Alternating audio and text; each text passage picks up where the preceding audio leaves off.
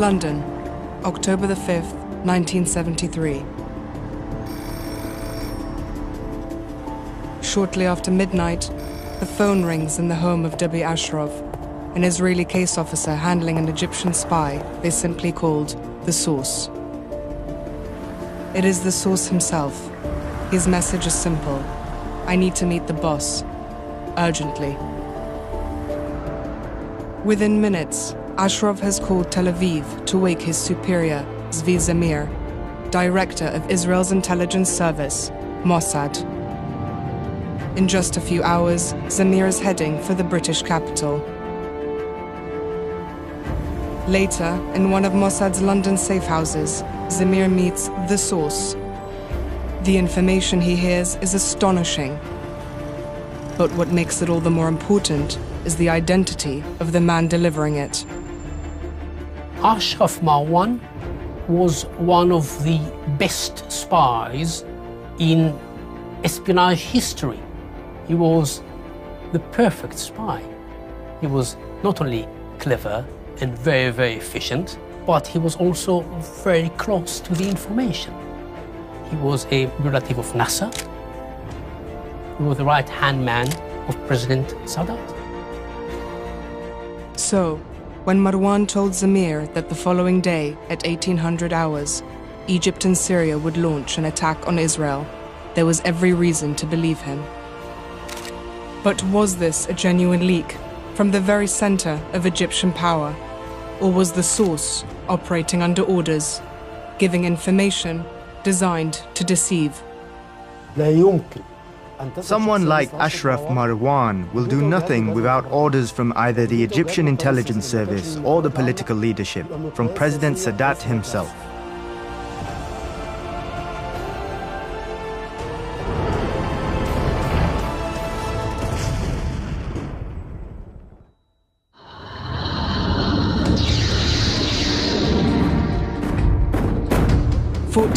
hours, Saturday, 6th of October, 1973. The holiest day in the Jewish calendar, Yom Kippur, the Day of Atonement.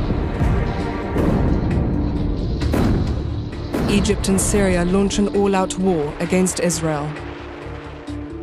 The target, liberating the Sinai Peninsula and the Golan Heights, territories occupied by Israel 6 years earlier in the Six-Day War.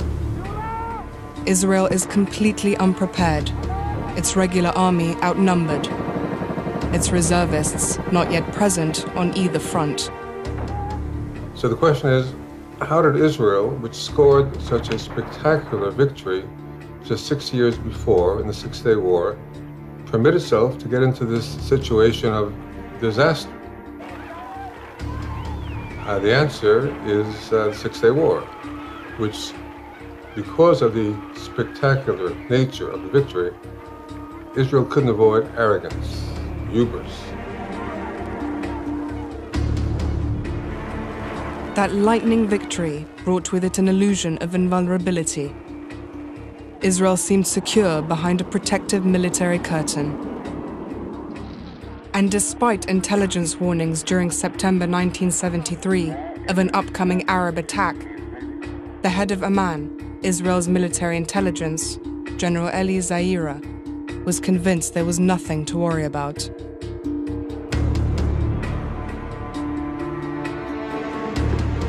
Sadat's close relationship with the Soviets guaranteed a supply of military hardware.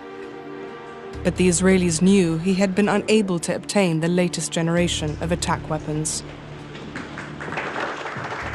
Without them, Israel's military might outweighed Egypt in the balance. But ever since the humiliation of the Six-Day War, Egyptians had burned to see their country fight back. There was a devastating feeling of the crisis and defeat then. There was tension, there was disorder, including demonstrations and the occupation of Tahrir Square. Everyone wanted to fight back. The regime was accused of failure, and in fact, Sadat was heavily criticized. While people in the streets agitated for war, the most powerful constituency of all, Egypt's more than million-strong army was desperate to show that it could fight and win against the Israeli enemy they had to look at every day, just 200 meters across the Suez Canal.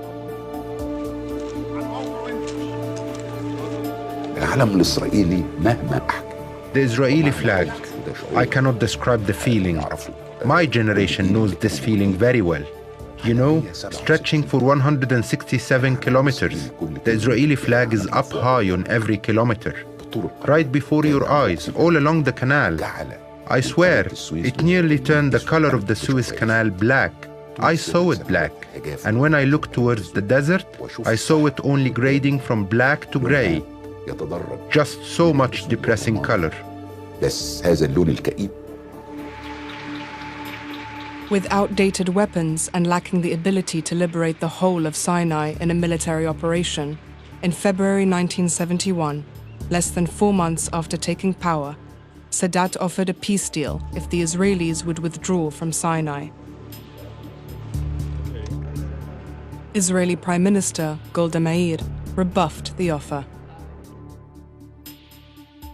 Why should I believe now, after this experience, that anybody, under any circumstances, can assure us of something more tangible now than we had in the past? For Israel then to give up the Sinai would have probably been an impractical thing to achieve. Unfortunately, sometimes it really does take a military offensive to change perceptions and negotiating postures. So war it had to be. But Sadat had a bold idea in mind. Could a limited war bring the attention of the world's superpowers back to the region and jumpstart stalled peace initiatives? It was a plan developed by his chief of staff, Saad al-Shazli.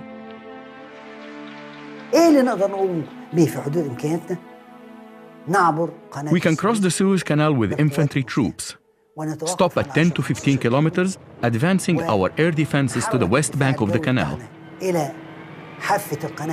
which gives us an anti-aircraft umbrella for 15 kilometers east of the canal. At that point, I stop, even if the enemy withdraws, because the enemy has one of two options: either confront, in which case I can inflict huge losses, or stop through fear of those big losses.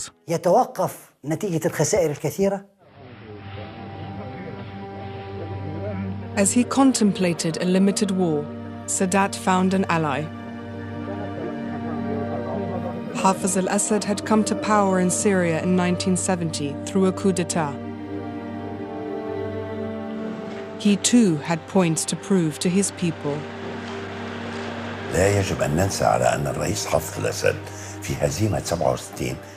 We should not forget that Hafez al-Assad was the defense minister during the 1967 defeat, and he was mainly held accountable, because you cannot exonerate the defense minister for such a defeat to the Syrian army.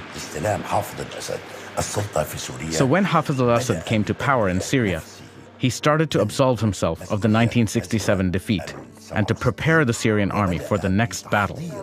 But when would that be? No one knew.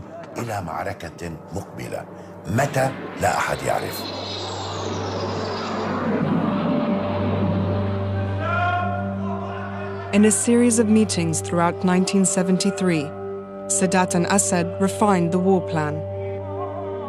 It was given the code name Badr, after the Prophet Muhammad's first victorious battle against the non-believers.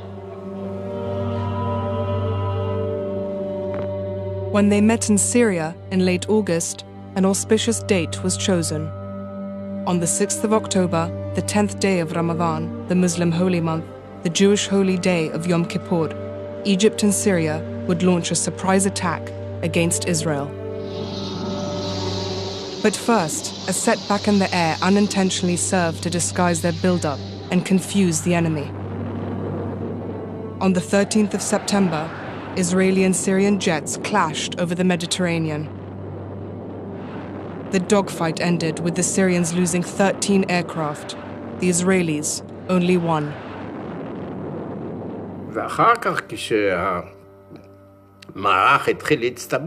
Afterwards, when the Syrian forces started building up, we thought that in their opinion we deserved some sort of retribution, and that the build-up was because of that. As Syrian troop concentrations in the Golan grew, to the south on the Suez Canal, there were clear signs of something similar. The Egyptian army was getting stronger and constantly exercising. I saw them raising the sand ramps on their side higher, even higher than ours, and opening gaps and getting into the water, measuring the depth, carrying out all sorts of exercises. We informed the High Command, but they said, don't worry, these are just standard Egyptian army exercises. Only 5 months previously, the Israelis had responded quickly to a similar build-up. They'd mobilized their reserves, only to find that the Egyptians had gone no further than the edge of the Suez Canal. This time, Amman, Israel's military intelligence, was determined not to make the same costly mistake. In a document that Amman published at noon of October 5th, it was a perfect description of the Egyptian army ready to go to war. The bottom line was, we nevertheless believe that there is no change in the Egyptian estimate regarding the balance of forces with the IDF, and therefore the likelihood for war is low. But all that was about to change. That same night in London, Ashraf Marwan, Gamal Abdel Nasser's son-in-law and Sadat's information secretary, would tell Israel's intelligence chief that the attack would begin at 1800 hours the next day.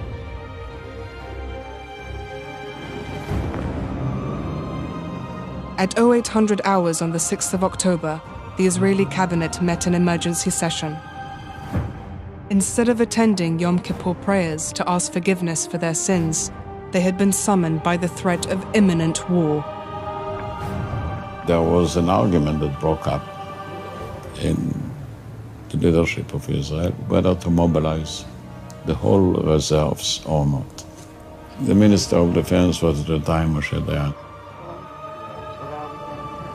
His points were the following: if Israel will mobilize her reserves, then Egypt and Syria may claim that it is Israel that intends to attack them. And they felt that we have to make it clear that Israel was attacked and not Israel is attacking. In spite of Dayan's opposition, at 0900 hours, the cabinet decided on immediate mobilization of Israeli reserves.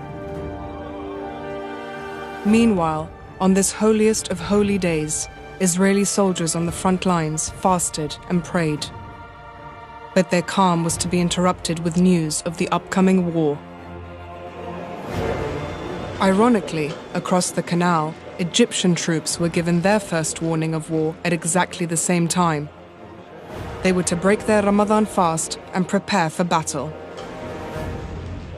But the attack would come earlier than the Israelis had been led to believe. The battalion commander gathered us. He said, "Break your fast." We laughed. But he distributed tea and dates, and we broke our fast. When we broke our fast, we felt the dread. There is no one who doesn't feel fear. He said today, at 2 p.m., God willing, either we avenge or we go in vain.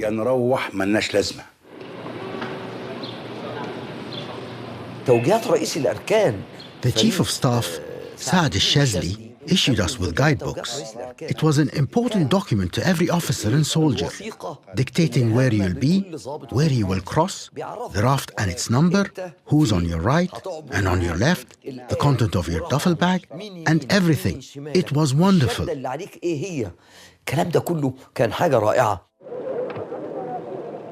In an operation they had rehearsed many times over the past 6 years, 5 Egyptian infantry divisions would storm across the Suez Canal. Codenamed Dovecot, The Israeli defense plan was based on the 15 strongpoints of the Bar-Lev line.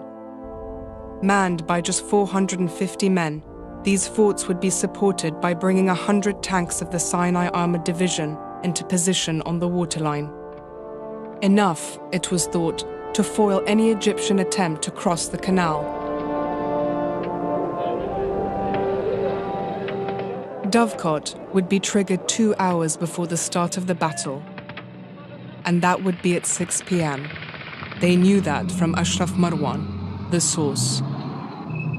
It had an effect, yes. It led primarily to a situation where there were no tanks in the positions in the Egyptian front because the commander of the Southern Command gave an order not to move any tank to the positions before 4 o'clock in the afternoon. He was certain, like everyone else, that war will start at 6. In 2002, I unmasked Ashraf Marwan.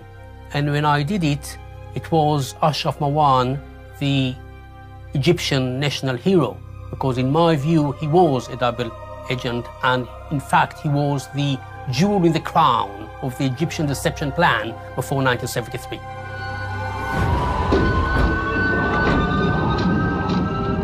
October 6th, 1400 hours. War.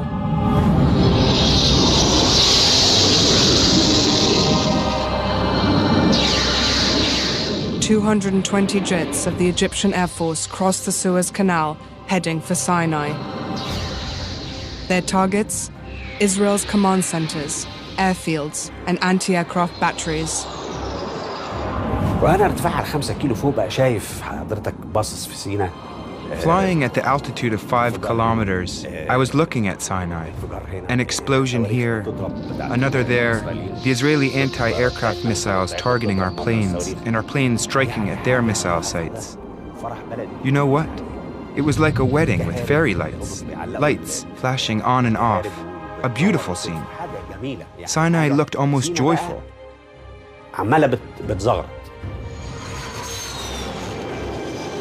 The Egyptian aircraft returned to their airfields after destroying their targets for the loss of just 8 planes.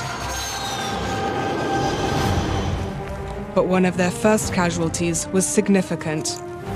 President Sadat's brother. Atif Sadat was my classmate. We never felt he was the president's brother or anything like that. He looked like a movie star. Alain Delon, with fair hair, green eyes, so elegant and so manly. And he topped us all in piloting and in knowledge, but because of his competence, not his brother.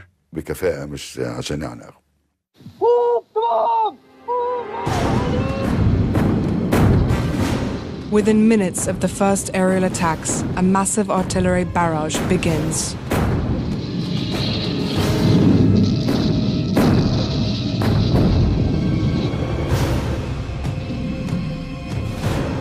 "20 minutes after 0 hour, under cover of the continuing artillery fire, the first wave of Egyptian ground troops crossed the canal. 4,000 men and 720 rafts.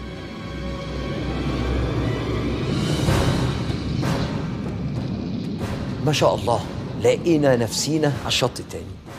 Praise be to God, we found ourselves on the other bank. Can you imagine? We climbed the sand wall, a 20-meter-high sand wall, not just 3 or 4, but 20.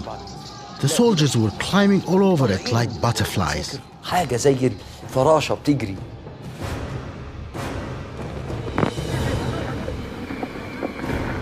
With the war half an hour old, Dovecot, the Israeli defense plan, is rushed into action. Tanks begin their move towards the canal from where they've been dug in, 5 kilometers to the east. When the Egyptian infantry first got across the canal, they kind of knew how the Israelis would respond. They had the new 83 Saga anti-tank missile. These infantry portable missile systems, they were certainly new to the theatre, and they proved very effective against the Israeli armour. كان عندي I had a million questions. Does the missile have enough destructive power? But with the first missile and the first tank, that answered everything for me. In this war, a new lesson emerged from the Egyptian Special Forces and Infantry, that a single soldier can now take a tank out of battle. The previously mighty tank. It was a lesson that was noticed all over the world.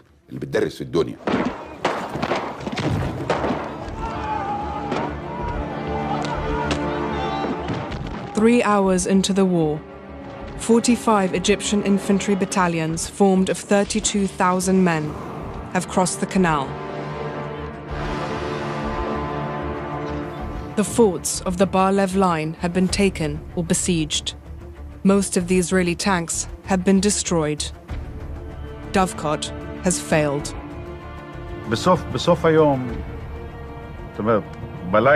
At the end of the day, we had just 2 tanks left of my battalion, along with my armored personnel carrier.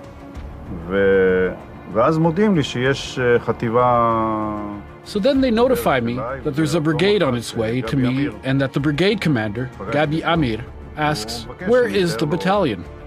And I say, "This is the battalion," and laugh. He knows me and knows that I joke around sometimes. And I said to him, "No, Gabi, this is the battalion." After the first wave of Egyptian infantry has made the canal crossing, 35 battalions of engineers follow.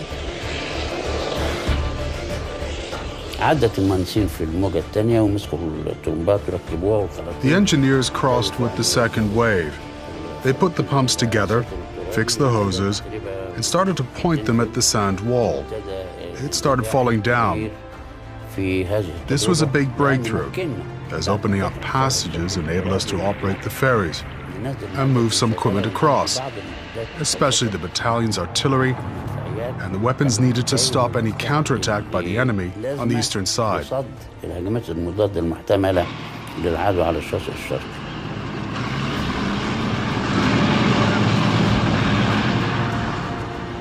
The next phase of the engineers' work was to erect pontoon bridges for the tanks and heavy weapons.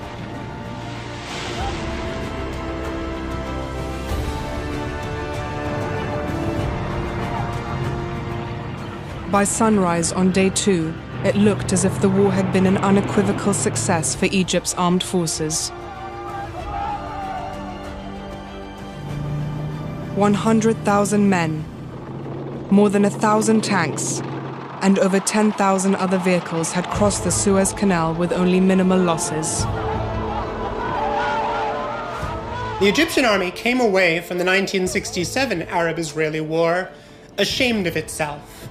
And in 1973, the Egyptian army proved that it was capable of military success and military victory. That was very important to the Egyptians as a fighting force because it proved to them that they themselves could succeed.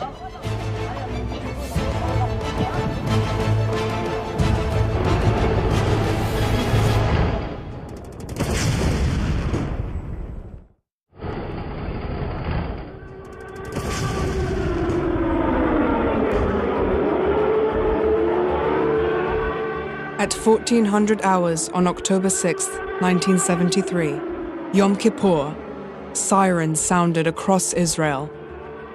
It was war, again. אי שם ב-1956, כשהייתי ילד בן 6, הדבר היחיד שזכור לי... The one memory I have from the 1956 war was hearing air raid sirens at night and my father wrapping me in a thick blanket and running with me to the shelter. On Yom Kippur, at 2 in the afternoon, we heard the siren and I did the same thing. I took the very same blanket, wrapped my 6-month-old son up in it. I ran with him to the shelter. And that was the first time that I knew there was a war going on.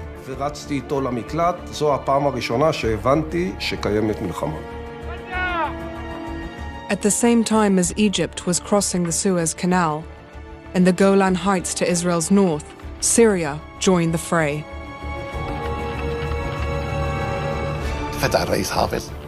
I turned to President Assad and said, "It is time." He said, "With God's blessing, we start." I picked up the phone and gave the operation code. It was Badr, Badr, Badr, Badr.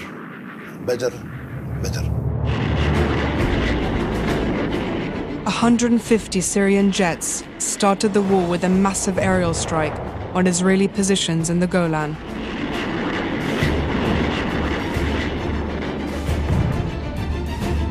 Minutes later, 1,000 artillery pieces opened fire, paving the way for the ground assault.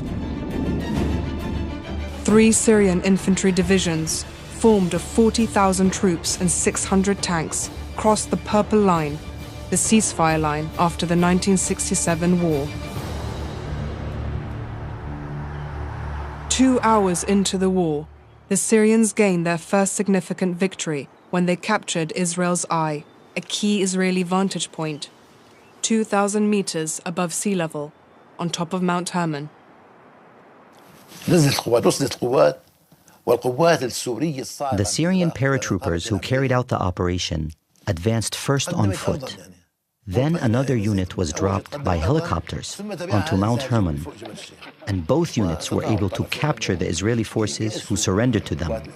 Then they raised the Syrian flag on Mount Hermon, and that was the best news we received during the first hour. The Syrian paratroopers were joined by a unit of Palestinian commandos.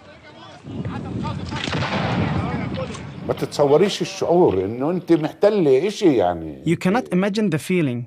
You are now recapturing something from the Israelis for the first time. The battle for the outpost lasted only 45 minutes. 13 Israeli soldiers were killed, 31 taken prisoner.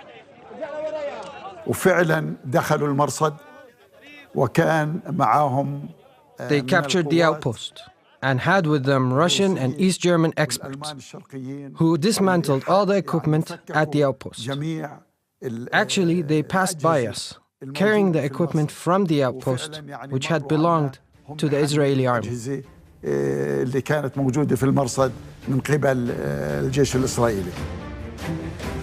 Facing the massive Syrian ground assault was an outnumbered Israeli defensive line, guarded by 200 Israeli soldiers in 10 outposts, and 2 armored brigades, numbering almost 180 tanks.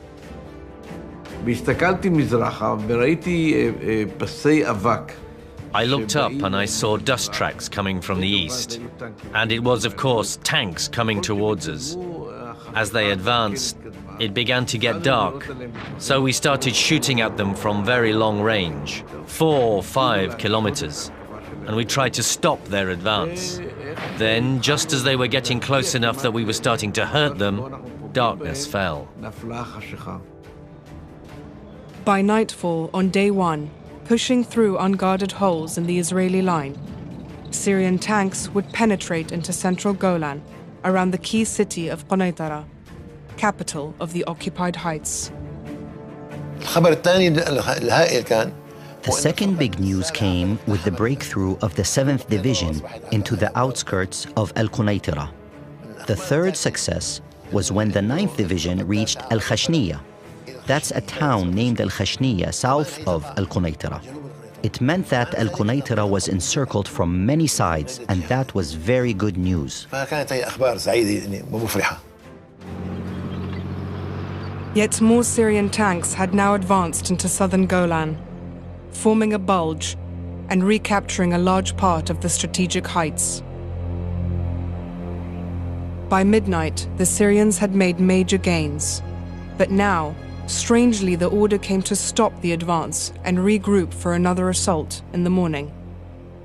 Before them, the road stretching down to the Jordan Valley and the heart of Israel lay undefended. Just a few kilometers to the east, on the edge of the Golan, were positions which, had they been taken, would have been virtually impregnable. It's clear that the Syrian army did not permit junior commanders discretion in how to act. And regardless of which senior person was in control in Damascus, nobody felt that they could decide to continue without the approval from Damascus. President Hafez al-Assad was controlling the Syrian army with an iron grip. No one was allowed to act outside the original plan. كان في له غرفة نوم في المقر. He lived with us. He had a bedroom at the command center. He slept there. And when he woke up, he used to salute us and take his place behind the operations desk. He was always there in the command center or in his room in the same place.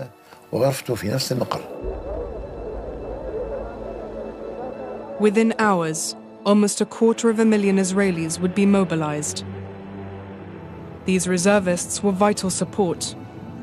Without them, the regular forces were facing a huge Arab numerical superiority. The Syrians had calculated it would take the Israeli reserves 24 hours to reach the Golan. In fact, the first tanks were there by midnight at the end of day one, just 15 hours after they had been mobilized. This 9-hour difference was to prove crucial.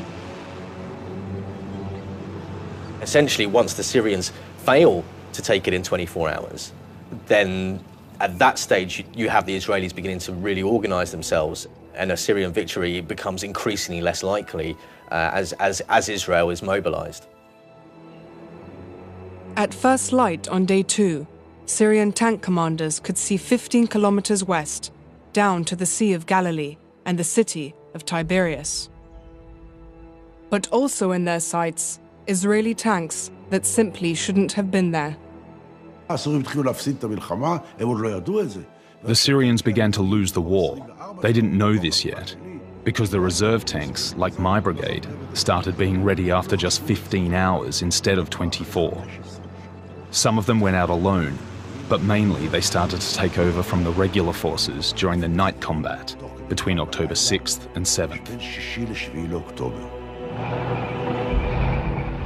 Shortly after dawn, ignoring the fact that the Israelis had successfully mobilized to meet them, the Syrians launched their planned tank assault. Their main target was Nafach, the Israeli Advanced Command Center, and the strategic crossroads that controls the Golan. After capturing Nafach, the Syrians would move westwards towards the Benot Yaakov bridge over the Jordan River. The bridge was less than 15 kilometers away, and beyond it lay the Israeli mainland. The Israelis were on the verge of disaster. We suddenly started shooting at the Syrians from 3 or 4 different directions. We fired and the Syrians were stopped.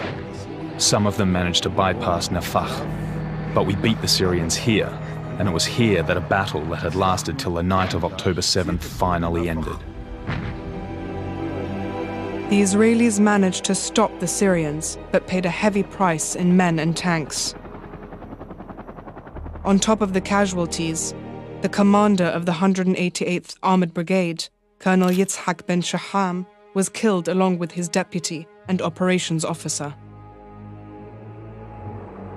Having failed in his main objective to take the Israeli forward base at Nafach, in his Damascus command bunker, President Assad's decisions were looking increasingly desperate.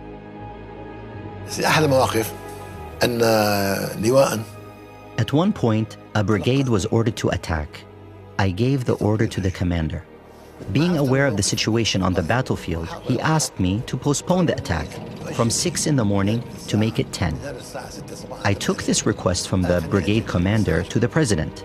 I told him he's asking to postpone the attack until 10.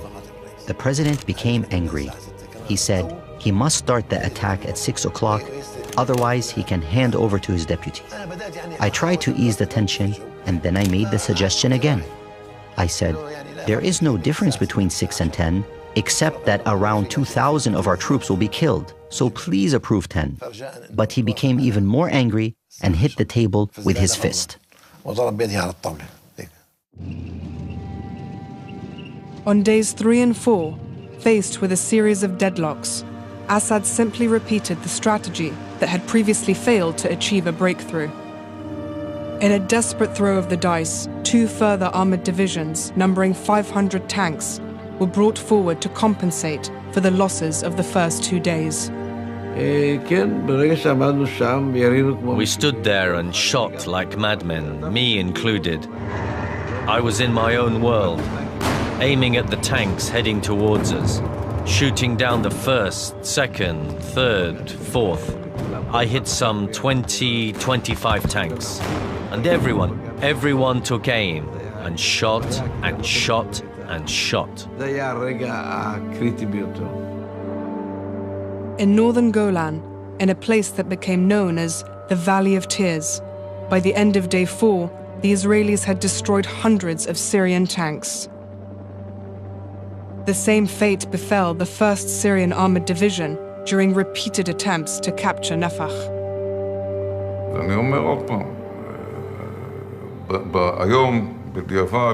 I think that today, looking back 40 years, the Battle of Nafach, when the Syrian 1st Division decided to withdraw and not complete its mission to get to the Jordan Valley, that was the critical stage in the battle to defend the Golan Heights.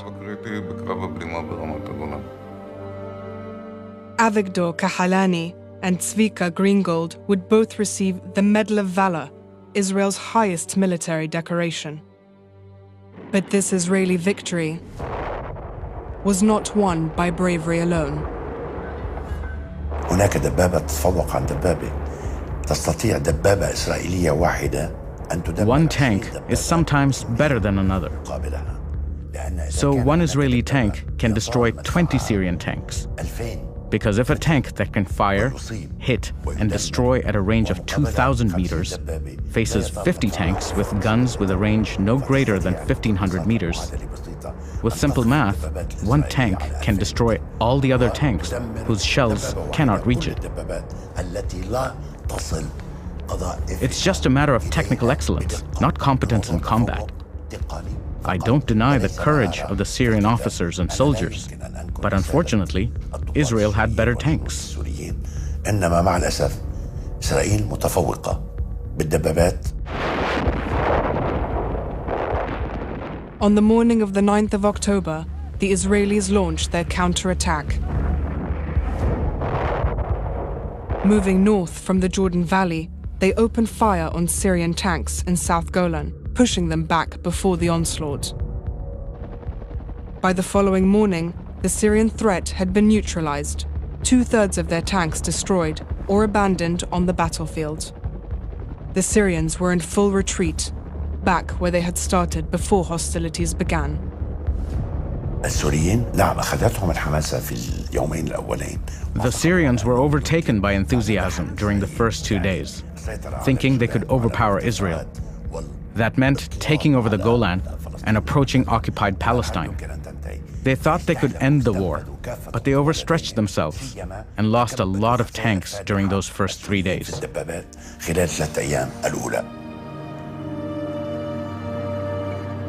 However, in Sinai to the south, the Egyptians had used their success on day 1 to secure defensive bridgeheads. With 2 field armies dug in across the canal, the 2nd in the north and the 3rd in the south, they were prepared for the inevitable Israeli counterattack. These convoys of armored track vehicles will be moving up the road out of Israel towards the Sinai desert. This is the beginning of the desert now. We're told that another convoy of armored tracks and tanks and ammunition will be moving up here tonight. By the end of day 2, 2 of Israel's most famous generals, Ariel Sharon and Avraham Adan, had arrived at the Suez front, each with an armored division of over 300 tanks. They were ready to launch a carefully planned counterattack. Adan's division to the north would sweep south to expel the Egyptian Second Army from its bridgehead. Then, once Adan had pushed the Egyptians back across the canal, Sharon's division would move against the Egyptian Third Army to repeat the process in the south. At 0900 hours on October 8th, the attack began.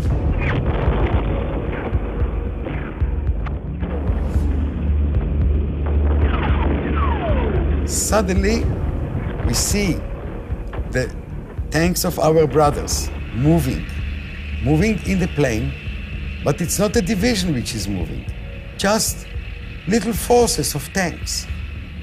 It's not a divisional attack. It's not in the right direction. Instead, from north to south, they come through us from east to west. And we see, just before our eyes, a terrible enemy fire, shells in the desert, box of fire around any tank. Boom. We received orders to fire. We fired at them with every weapon we had. It was a massacre, all sorts of weapons, the anti-tank Saga missiles, RPGs. The Egyptian RPG soldiers were moving like birds, jumping from one tree to another. They would hide behind the ram till the tank was 50 meters away and within range. Then they fired at it. They would knock that one out, then move on to the next tank.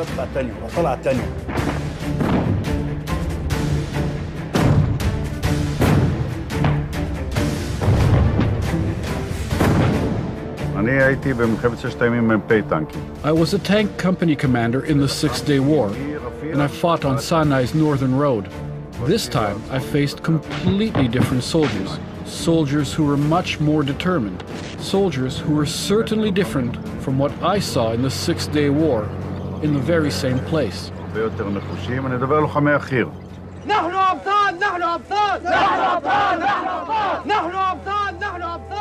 We are able not only to finish this, but to continue and to give the Israeli army another beating as has been done.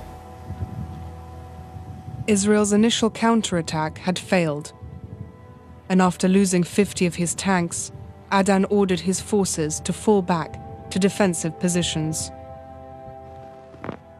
Worse still, in terms of prestige, Israeli tank crews had been taken prisoner of war, including a tank battalion commander, Lieutenant Colonel Assaf Yaguri. For the first time in its 25-year history, Israel was on the defensive, sustaining heavy casualties and unable to achieve the superiority of 1967, on land or in the air. In the Six-Day War, it had dominated the skies. But now, the Israeli Air Force found itself facing a wall of surface-to-air missile batteries, employing the latest Soviet SAM technology. They built an anti-aircraft system, which was among the best, the most effective in the world. They inched their missiles towards the canal, and even transferred some of the lighter missiles to the other side. And of course, it was an effective anti-aircraft system. That, I must admit.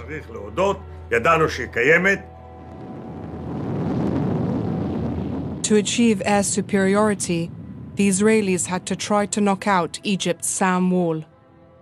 But the missile defenses took a heavy toll of the attacking aircraft.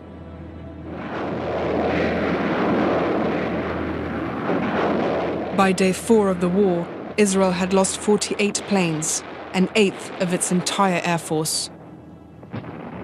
I fired 31 missiles and downed 16 aircraft. That's 1.8 missiles for each target. That's a record, because the ratio is supposed to be 2 or 3 missiles for each plane.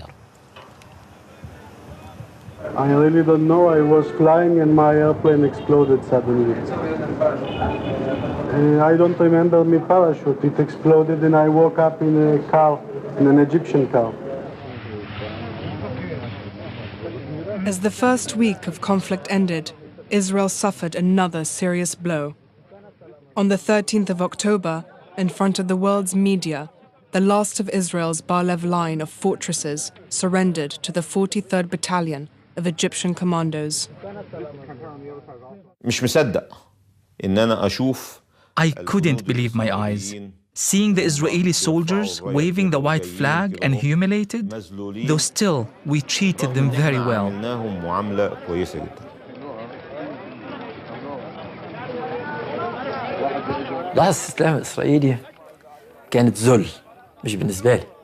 The Israeli surrender was a moment of humiliation. Not for me, but when your enemy is so humiliated to the extent that it touches you, that is something. The lieutenant, the commander of the stronghold, saluted our commander, brought down the Israeli flag, folded it, put his gun on it, and handed it to him. He took it and raised the Egyptian flag up high, and they saluted it. I was tearful and so happy, and thinking, oh my God, if I were him, I would kill myself. The surrender of Fort Mazach finally destroyed the myth of the supposedly impregnable Bar-Lev line. These almost medieval forts, which had cost hundreds of millions of dollars to build, had proved useless as Israel's first line of defense. The Egyptians' big advantage over us in the Yom Kippur War was that they didn't lie to themselves regarding how they'd functioned in the Six-Day War, and they fixed what they were capable of fixing. We lied to ourselves about what had happened in the Six-Day War, and now we paid the price.